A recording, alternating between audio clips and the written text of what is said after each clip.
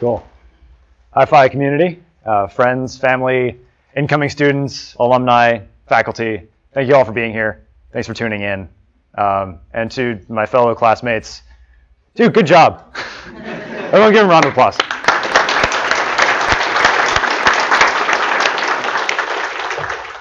All right, so we are Hypervital.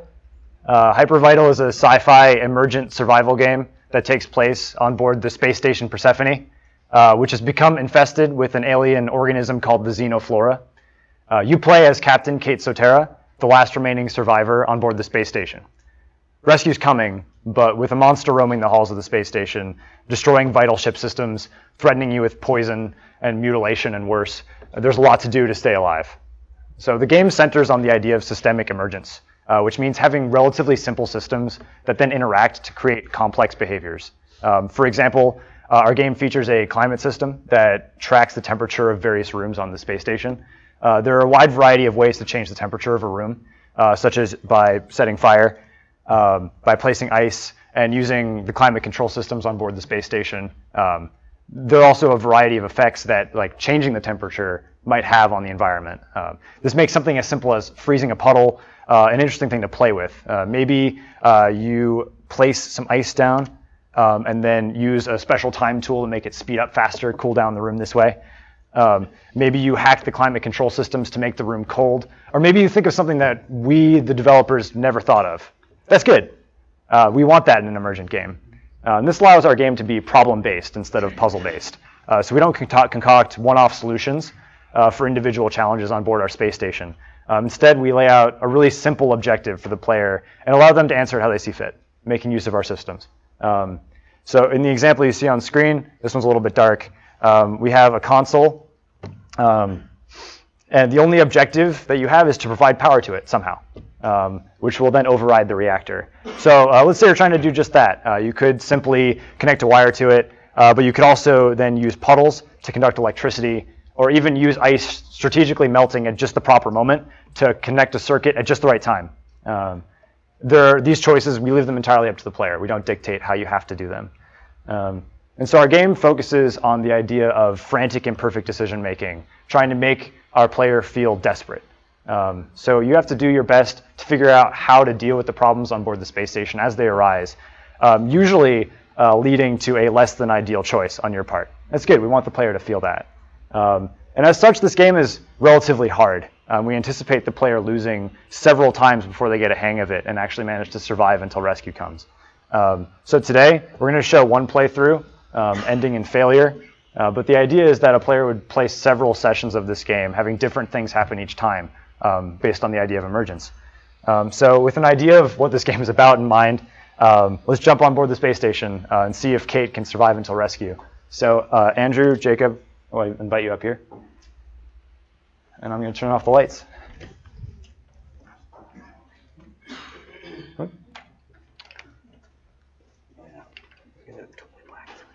Yeah, that's this one too.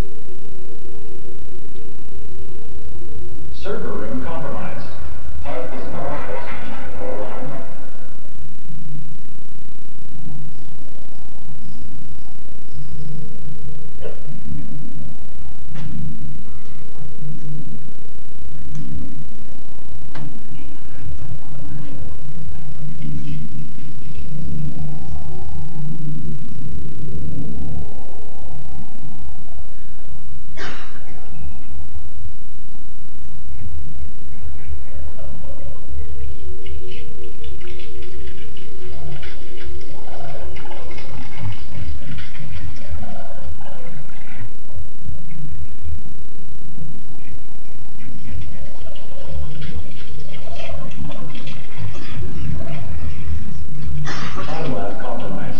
Time tool offline.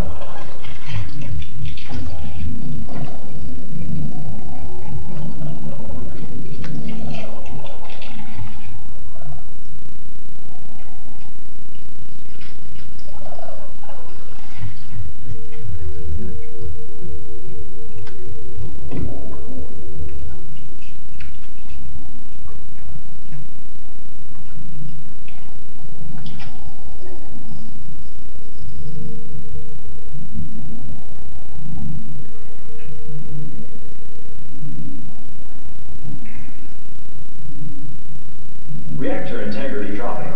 Critical levels in 30 seconds.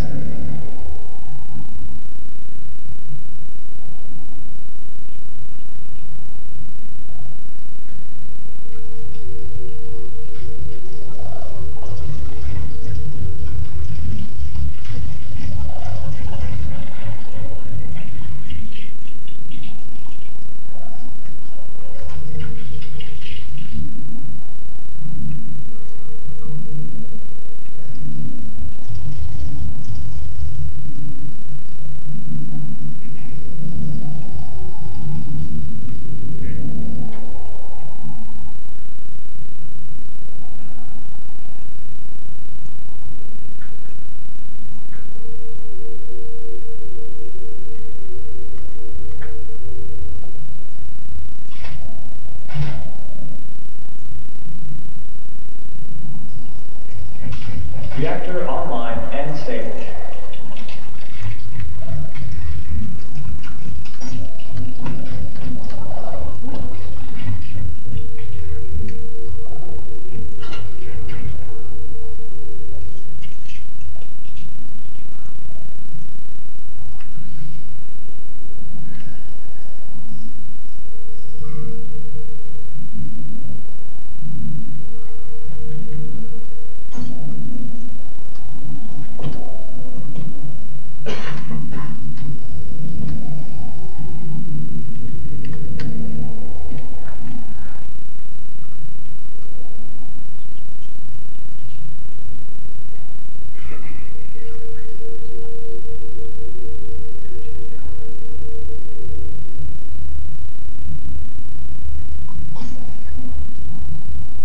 Warning. Warning. Temperature is dangerously low. Server room toxin levels critical.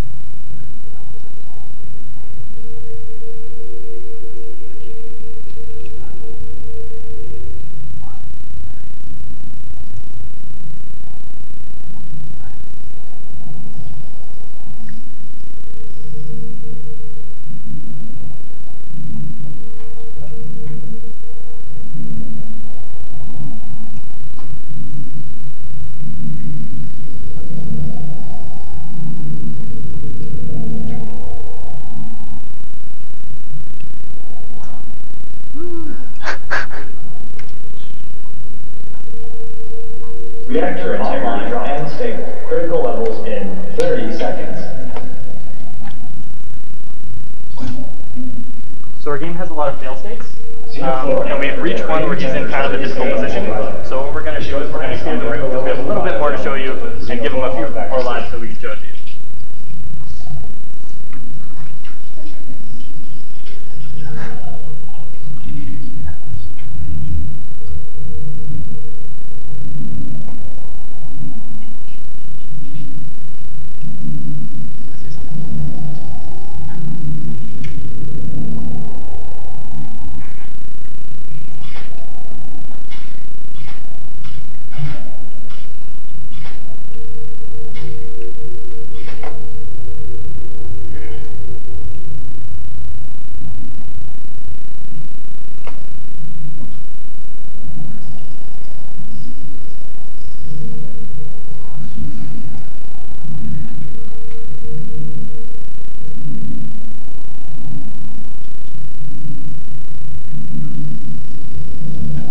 Time lab compromised. Time tool offline.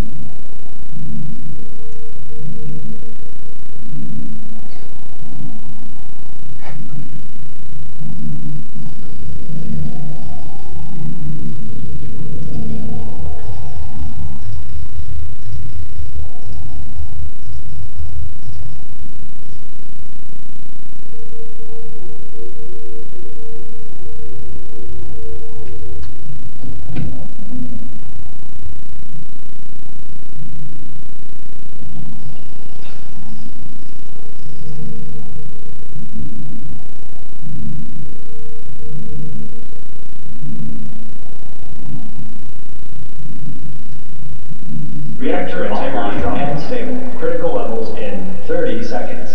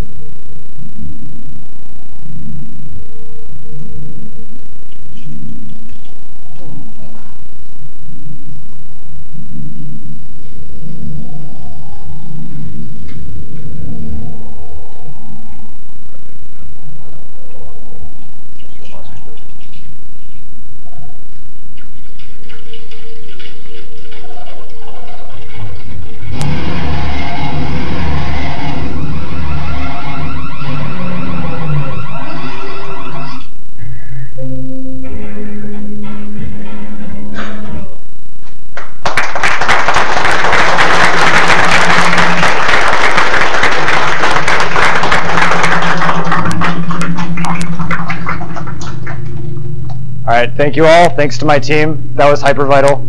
Thank you very much.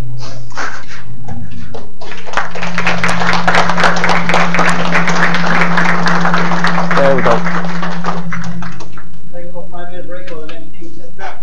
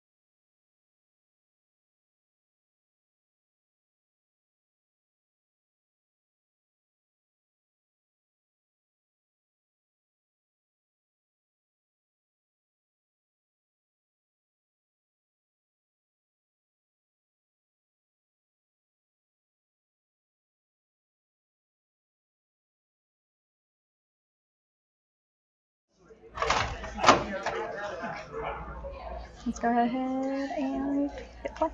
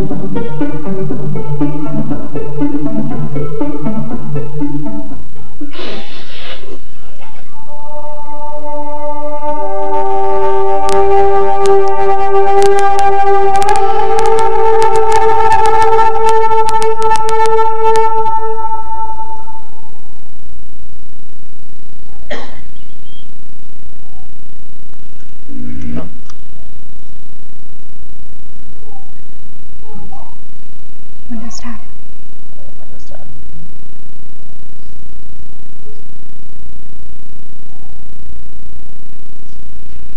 All right, so hello, I am Diana Benasilia, and I am the project lead for Suspicious Box LLC, and today we will be talking about our game called Liminal. So what you saw in the trailer is a sneak peek of what you'll see in the demo later, but I just want to show you how far we've come since we first started this project 7 months ago.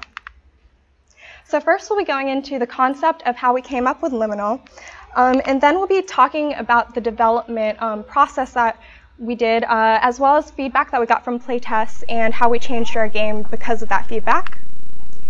And then I'll be talking about how we published to Steam, and then we'll be showing you the actual demo of the game.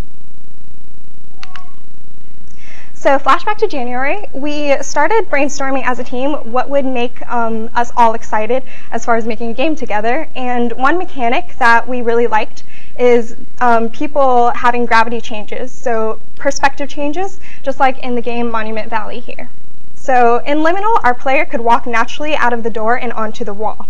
So the thing to remember is that orientation matters. So we also wanted to create a 3D world where you could walk in between different unrelated environments seamlessly. So kind of like in Monsters Incorporated and Howl's Moving Castle here. So this is what our game is. Liminal borrows from that magic from Howl's Moving Castle, which you can see here on the left. The color of the doorknob changes, therefore the environment itself changes, leading to a new destination. So we wanted this kind of magic used in a topsy-turvy first-person puzzle game. So behind me is going to be playing development video showing you how our game looked from the very start up until the very end. And I can say that when we started this project, we were all very concerned because this is a 7-month project and this is a fairly small team, so we were scared stepping up to that challenge, but we stepped up to it. The designers had the challenge of designing complex puzzles that the players would be able to solve easily, as well as have fun and understand what they were actually doing. Artists had the challenge of having to art around this strange architecture, and programmers had the challenge of trying to make things seamless when going between gravity changes and teleportation. So we had many ideas from the start, and we definitely cut some along the way. But we finally made it into one seamless city landscape inspired by movies like The Blade Runner and the video game The Last Night. So we started off on social media. We wanted to interact with people and build a community, and we really wanted to make sure that we asked people, how are we doing? Is this game easy? Is it hard to you? And how can we become better game developers? And alongside with this, we wanted to make our game able for people to download. So we put our builds on our website, playliminal.com, where people could download our game, play it, and actually give us proper feedback for us to build off of it. This is also a huge milestone for us because making builds, we wanted to make sure that we were constantly doing because our game is hugely breakable as far as things that are happening that are very complex and scary on the programmer and tech artist side. So we wanted to make sure that our game was working at all times and was being tested. So we wanted to plan ahead and do that, and not leave bugs until the very end. So if you remember back in Vertical Slice, our game looked very different at that time, and we changed the look of our game because of this playtest feedback that we got. So playtesters were telling us that they couldn't comprehend what orientation they were in or what our world even was, and this is because textures were just so busy and the world itself was very just busy in itself. So we simplified it into this much more low poly and cleaner look that you can see here on the right side.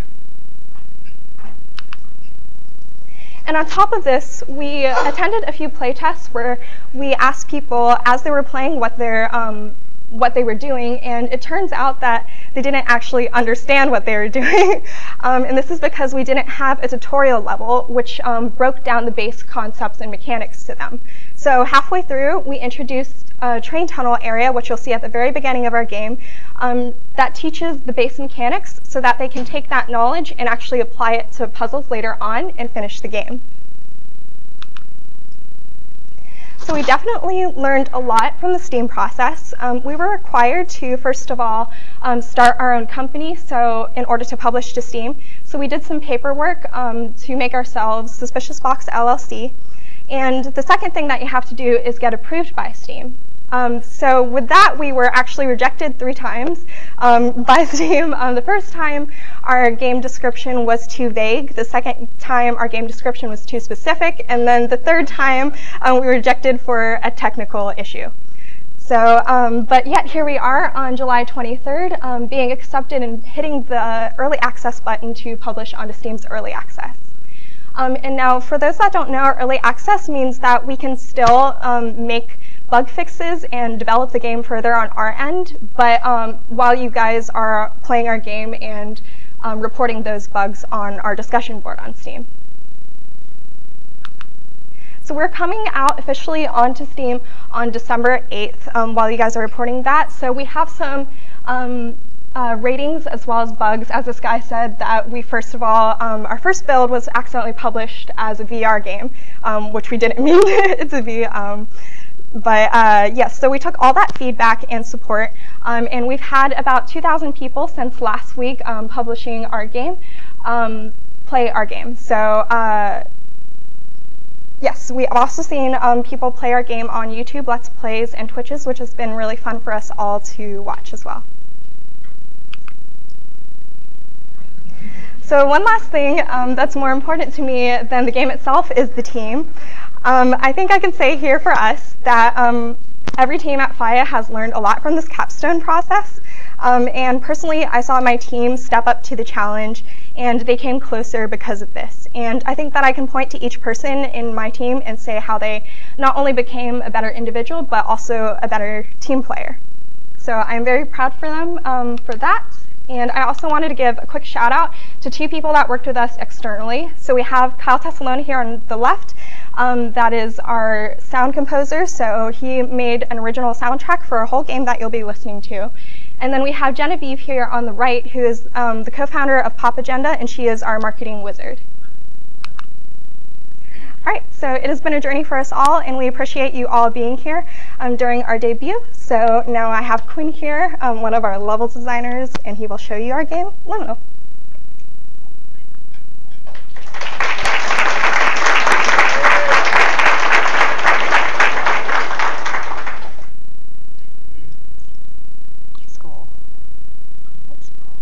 I need to close it.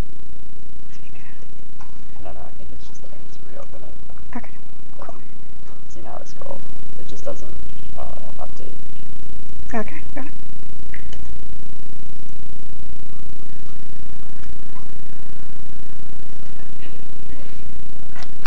I adjusted the audio, but be ready to, I'll adjust it here if it's an issue again. Did I need to fix it?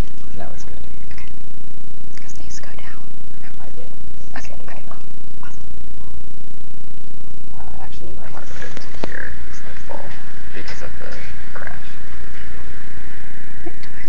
It's at here right now. You maybe want to. For the trailer. Yeah, I've moved it here, but you should move it up here because of the stop. I forgot about that. Because that's what it would be like. I need to put this accent. Let's see. So before we begin, I just want to give you a quick pretext that because we are a puzzle game, we've timed people's playthroughs to be about an hour to 2 long. So we're going to be rushing quite through some of this game. But we hope that you download it on Steam and play it for yourself and complete it there.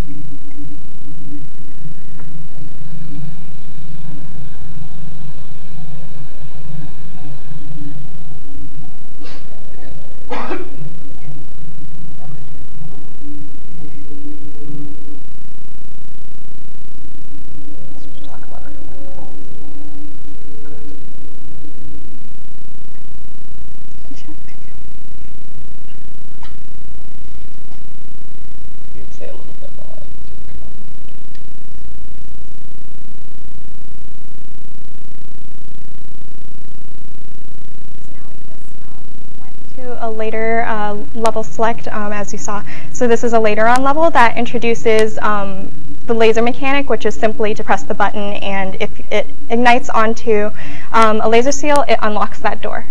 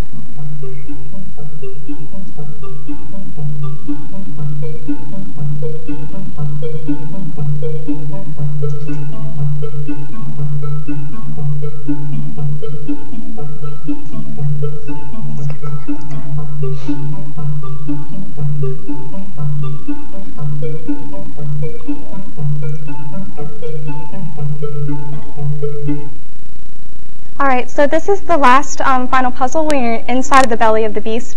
Because this one uses all the mechanics that you learn throughout the whole game, it does take quite a while to get through, so we hope that you are able to play Liminal on Steam and that you finish the game for yourself. All right, thank you guys.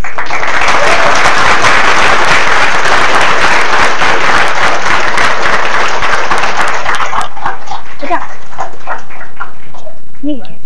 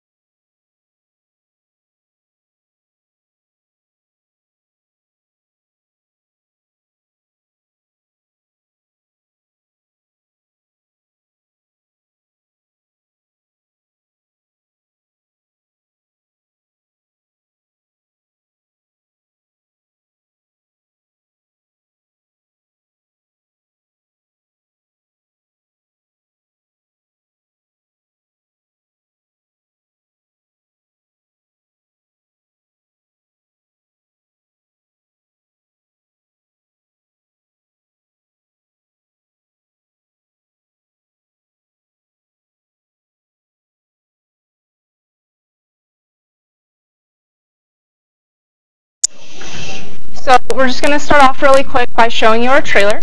So we'll just go ahead and get right into that.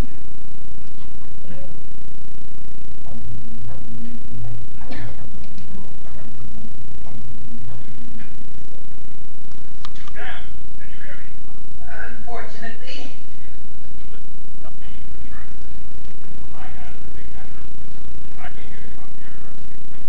That sounds like a personal problem.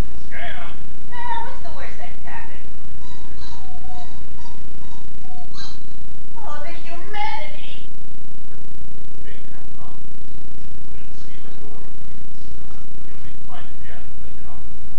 You know, this gig is pretty. It's pretty for these big hat clowns.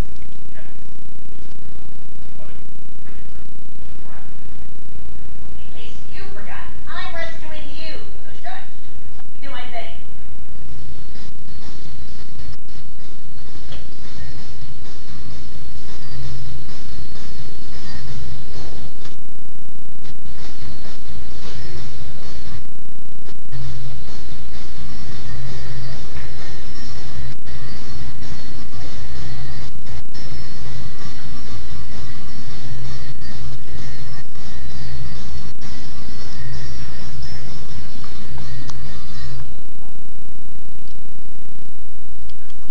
All right. Yeah, it's too low.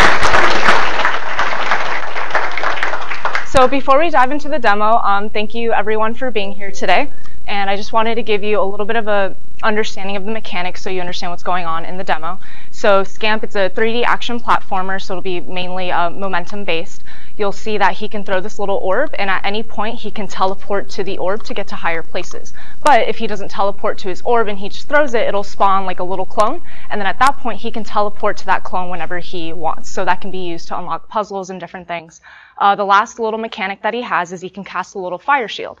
And what that does is if somebody's casting like a fireball at him, it'll deflect the fireball and it'll go to wherever his clone is placed, so you can kind of angle it that way. So those are the main mechanics. The game is comprised of a lot of little cute puzzles, but then also obstacle courses and challenges. And actually we'll be demoing the whole game for you, so I'll be moving pretty fast because without speedrunning it's about a 2-hour game, so we'll be going super fast, so it won't be too long. So we'll just dive right into the demo.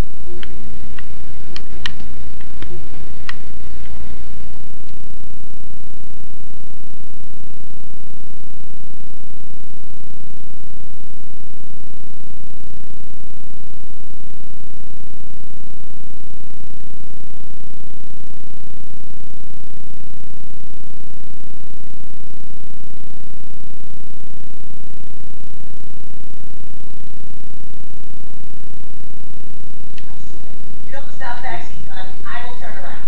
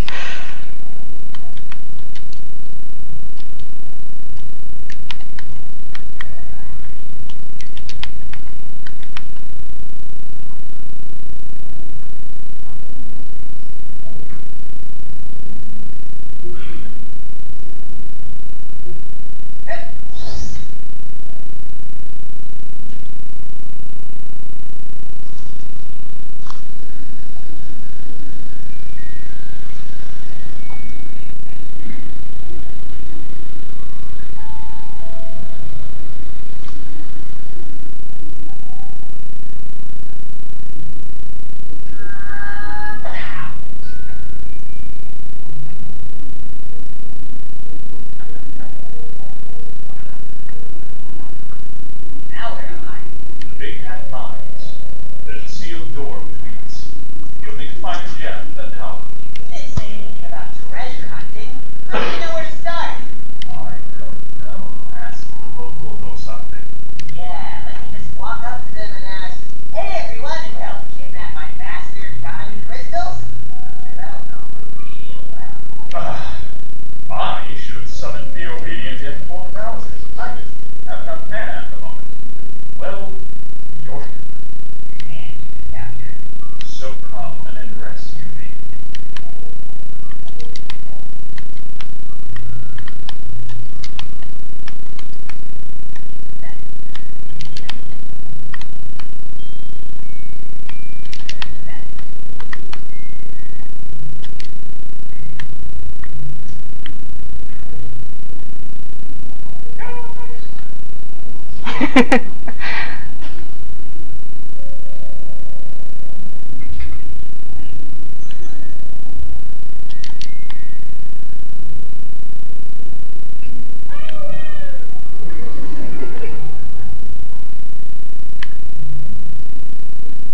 That's odd.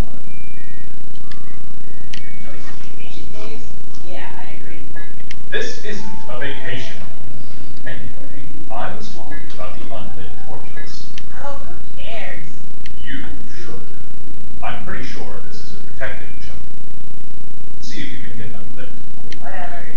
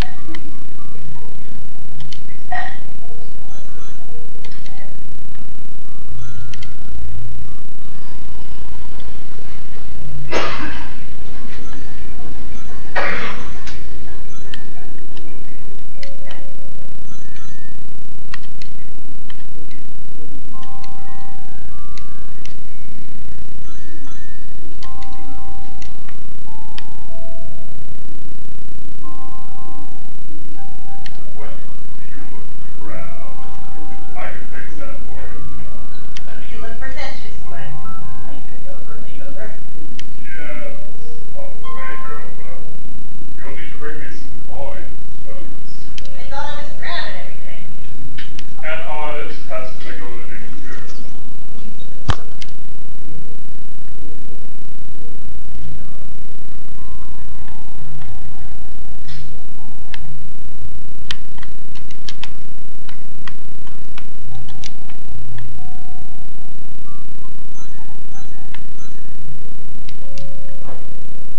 Julia, I require assistance. The pages of my book have run away. Bring them back here and I'll reform. Oh, but the pages aren't Julia. The blue one will only come with friends. And the green one has a thing for the red one.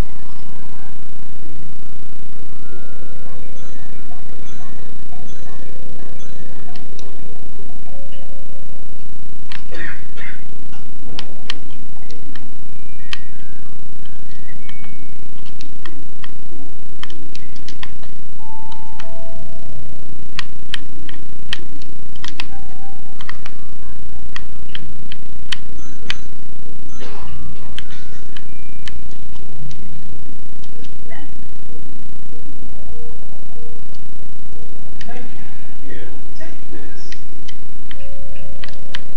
Man, they just give these things away. Going out of business sale and crystals are us.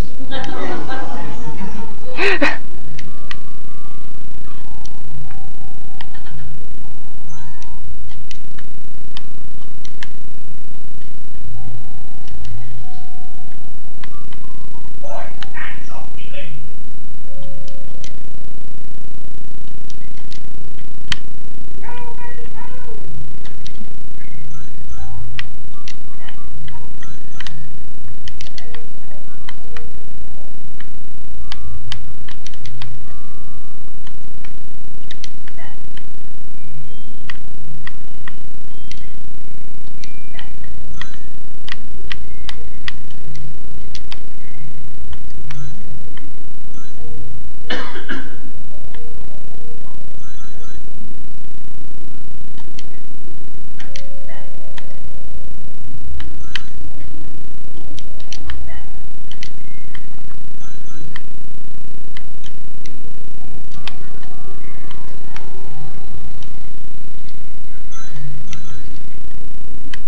I'm gonna pull the lever. Don't pull the lever, Scam. What's the worst that could happen? The cave could collapse and kill both of us. I'm pulling the lever. Please come on, sorry.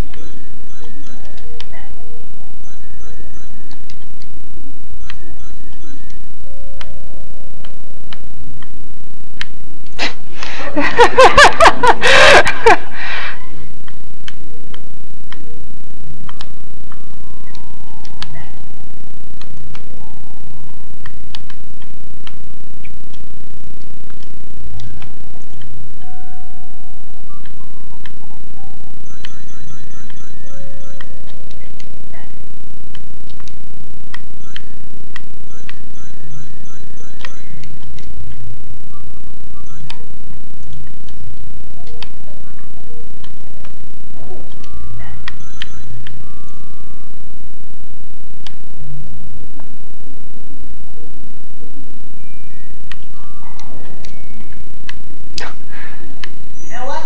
I think I might actually miss you. Oh, really? How much do you miss me? About as much as an idiot misses the point. I mean, that wasn't fun.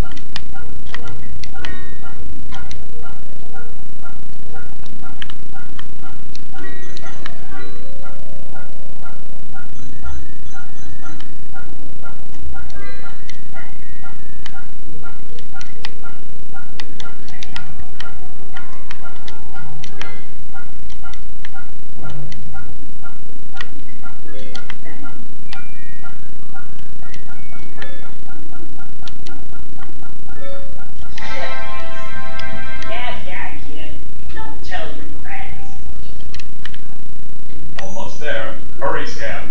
I was thinking of taking my time and having a swim in the lake, actually. You can't swim.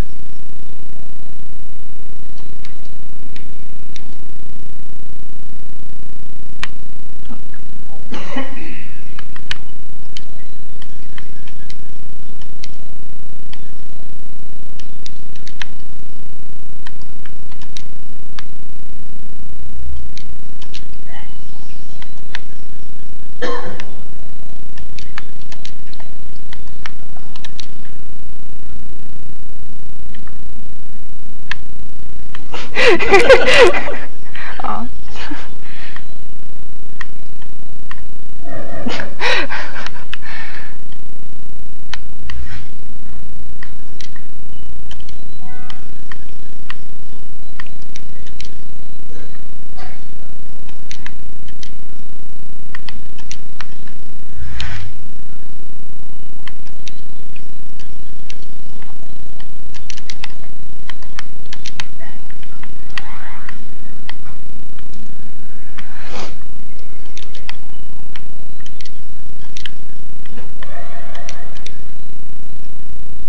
No.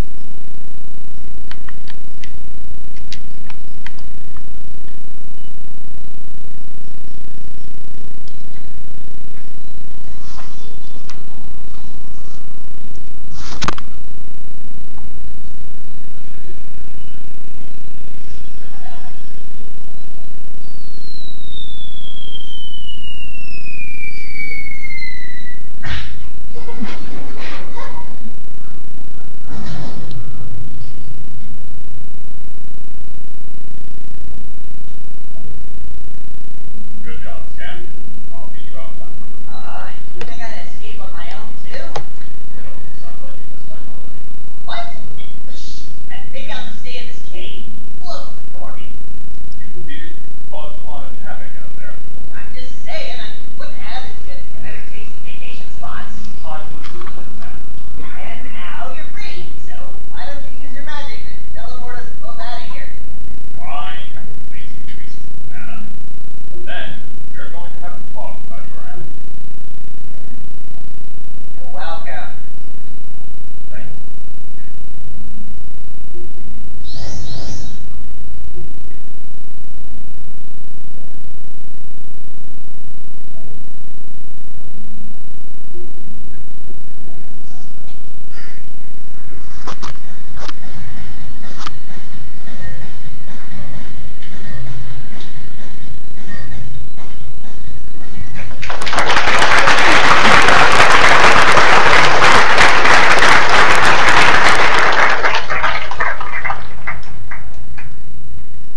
You want to make the announcement? Yeah, I'm just waiting for you to turn that on.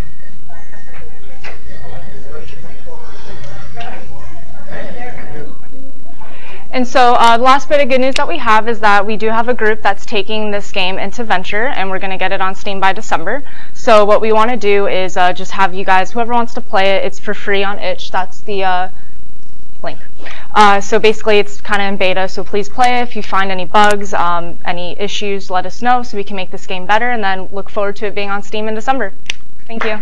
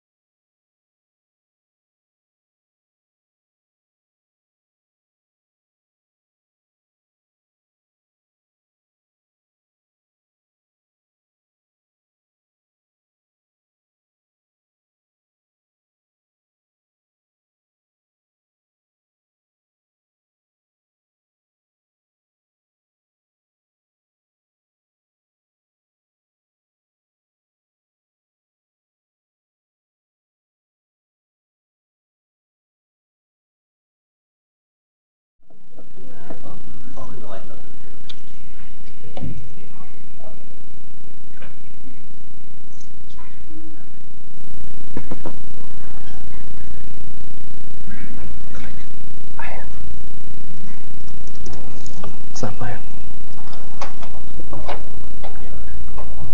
Where's the presentation?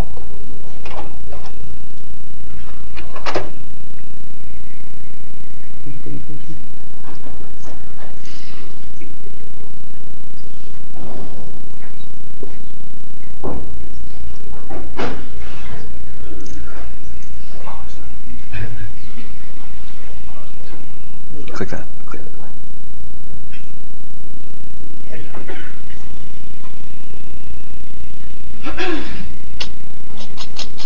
All begins.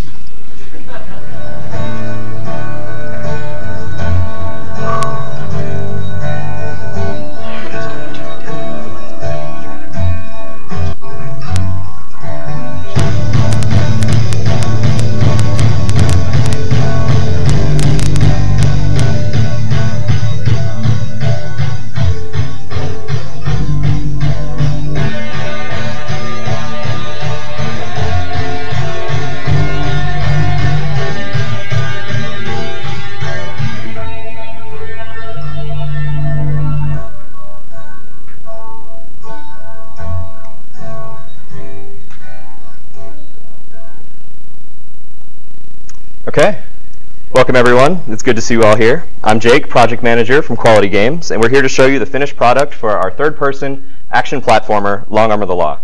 To bring our extended audience up to speed on the feel of the game, we'd like to first begin by talking about some of our earliest design inspirations. So in our earliest design discussions, we wanted to create a mechanic that would have a unique applications all throughout the game, so it would still feel fresh after extended play.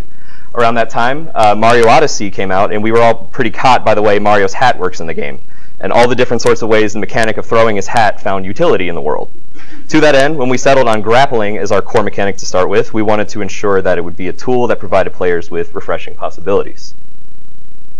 In those discussions, we found our desired visual experience would want to honor old Western locations, colors, styles, and tropes, and we wanted to present them with inspirations that we took from Fortnite's shape language, color values, and stylization. Even our lighting has taken cues from Fortnite, and all the lights in our game are dynamic, allowing us to breathe our life into the world. So with our inspirations made a little more clear, let's talk a little about a character that players will join alongside. So this is the hero of our robotic Western, Motor Rockwell. Motor is one of the few sheriff bots, and if you look at his design, you'll notice some asymmetry happening with his arms, where one is much larger than the other. While the new sheriffs are built, they come with 2 of these long arms, but Motor tragically had one stolen in a bandit ambush and had it replaced with a smaller prosthetic. And while that loss burdened him greatly, he used this opportunity to practice sharpshooting with his new hand, and what we have now is a bot looking to take back what's his. So what tools does he have in his arsenal that can help him with that? This brings us to our core mechanics.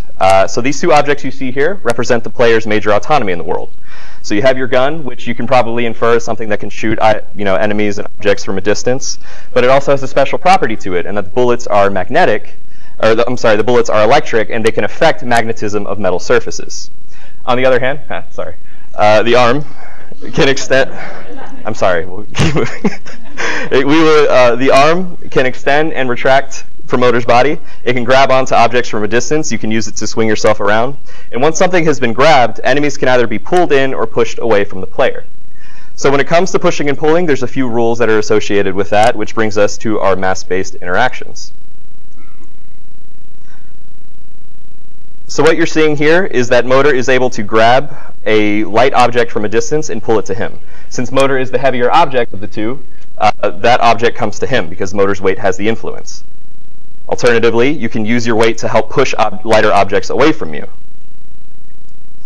In the instance of a heavy object, you'll notice that if you were to grab and contract your arm, you get pulled to it because it's a heavier object than you.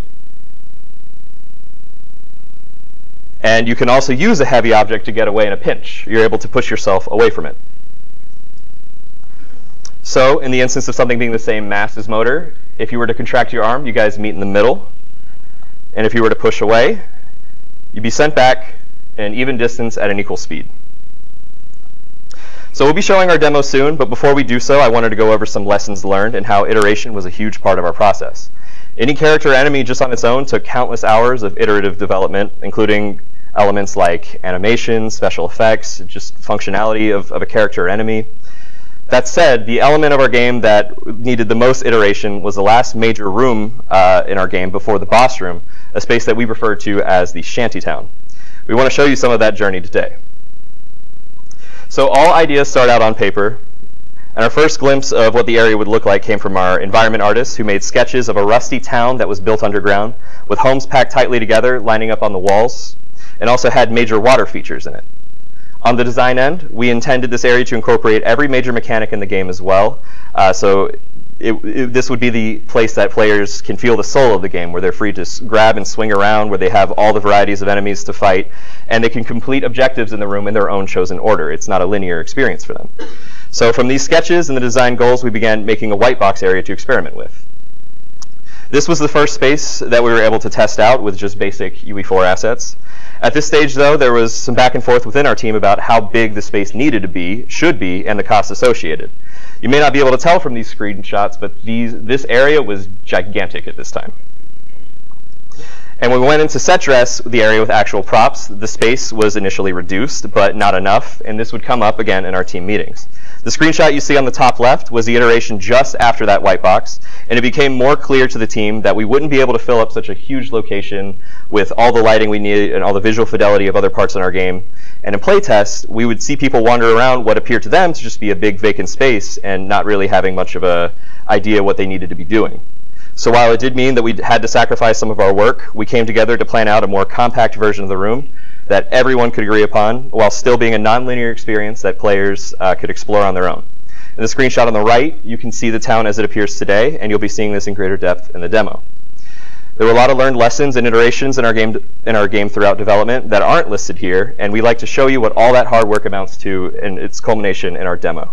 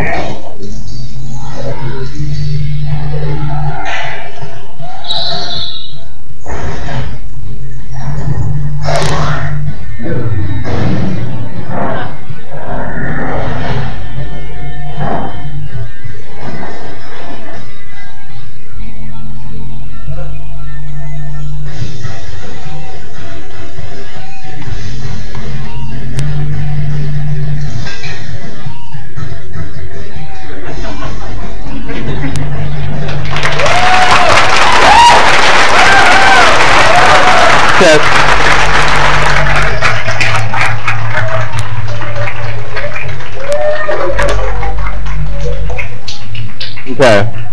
I do still have like one more slide to go over though, so I hate to bring you guys back into PowerPoint after that, but that's where we're going. So smash escape.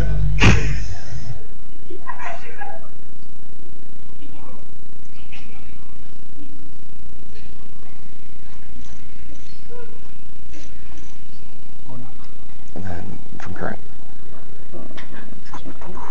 Nope. Transition. No, wait. Slideshow. Okay, so we're about wrapped up with our final presentation. One last important thing I wanted you to know, rather, is that our game will be released on Steam later this fall, and we really look forward to you being able to play. Now, just before we sign off, I have a few words that I wanted to leave off with. So, while you were watching our presentation, if there was something about our game that you witnessed and enjoyed, maybe it was an interesting mechanic that looked fun to try, maybe it was an environment that looked pretty and you wanted to explore it, a special effect or an animation, the music and sound effects, or just a cool character design. Everything you saw today and everything beneath the surface came from the determination and vision of an individual on our team, and collectively I think we made something bigger than what any one of us could have done. And this team and this project holds a very special place in my heart. It's been an honor to watch our game and our team grow every week, to curate the content of these presentations, and to stand up here once a month to show you our progress. But it's been an even greater honor to meet and befriend so many wonderful and talented people that it humbles me to think about it. So thank you all for this opportunity to work with you. I'll take this experience, the good memories, and the learned lessons with me wherever I go. And on that note, we are Quality Games. Thank you for watching.